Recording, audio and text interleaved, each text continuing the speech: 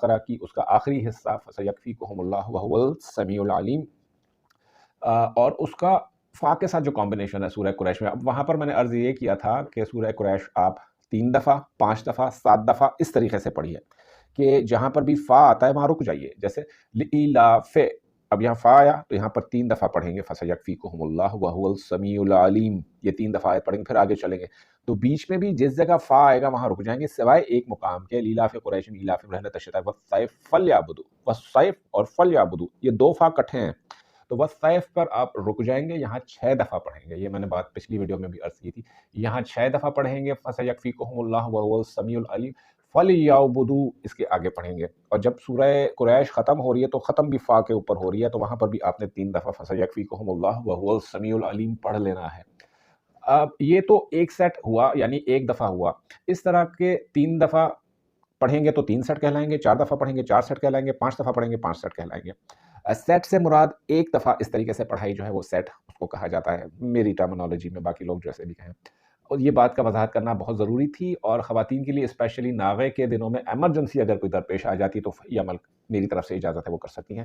Otherwise اس کی جو ترتیب ہے روزانہ ہر نماز کے بعد اگر 3 دفعہ اس طریقے سے سورہ قریش پڑھی جائے یا 7 دفعہ پڑھی جائے. بہتر یہ ہے کہ 2023 کیونکہ 7 نمبر کا سال ہے، سورہ قریش کا نمبر بھی 7 ہے، یعنی 106 ہے تو 7 بنا، تو اس سے ہر نماز کے بعد 7 دفعہ پڑھا جائے.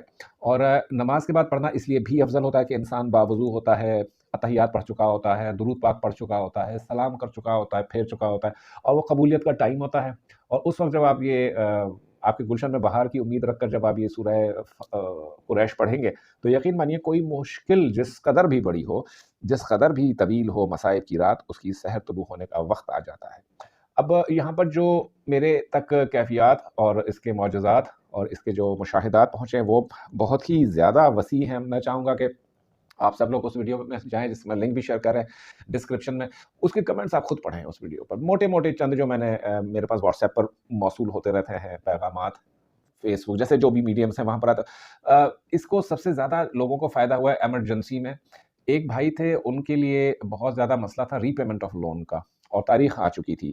لون کی اماؤنٹ کوئی 3 لاکھ روپے تھی، اور ان کی سیلری جو تھی دفتر میں، یہ 22-23 ہزار روپے پر ملازم ہے کراچی میں کسی نجی کمپنی کے ملازم 22-23 ہزار روپے کے.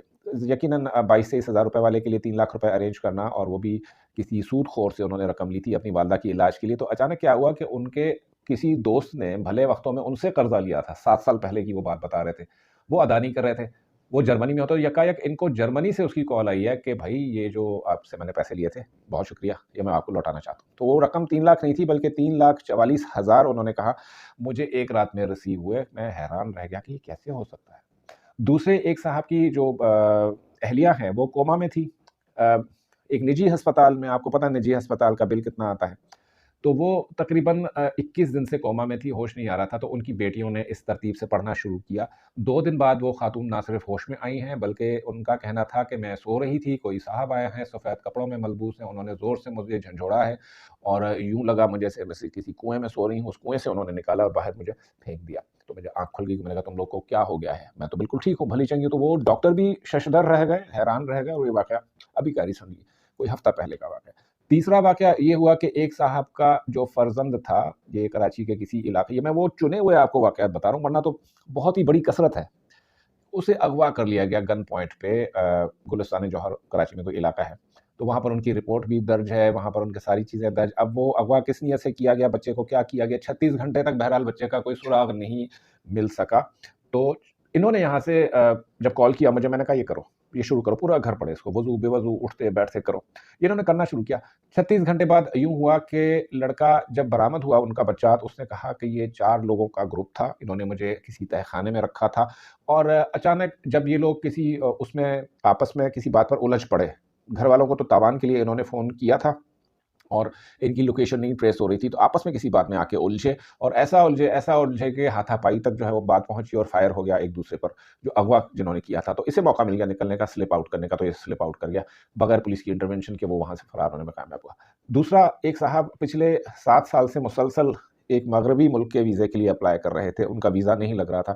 تو جس دن ویزا انٹرویو تھا تو میں نے انہیں یہ کہا کہ تم یہ پوری جو سورہ ہے یہ اپنے ماتھے پر لکھ کر جاؤ، اسی ترتیب میں. ماتھے پہ جگہ بہت چھوٹی ہوتی ہے. کہتا ہے یہ کیسے ہو سکتا ہے؟ میں نے کہا لکھو.